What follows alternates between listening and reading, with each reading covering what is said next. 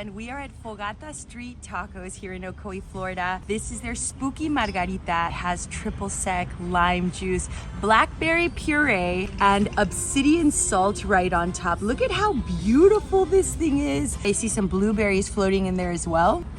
Oh my gosh, that is delicious. So good. I love the color. The taste is a 10 out of 10 easy. I also got their Campechano tacos. That is chorizo with steak, cheese, cilantro, cebolla, some lime. Let's dig in. This middle one here. And I love salsa. They've got a couple of options that you can choose from here. Today we are going with this bright orange one. It looks spicy. And I love that they do double tortilla on there.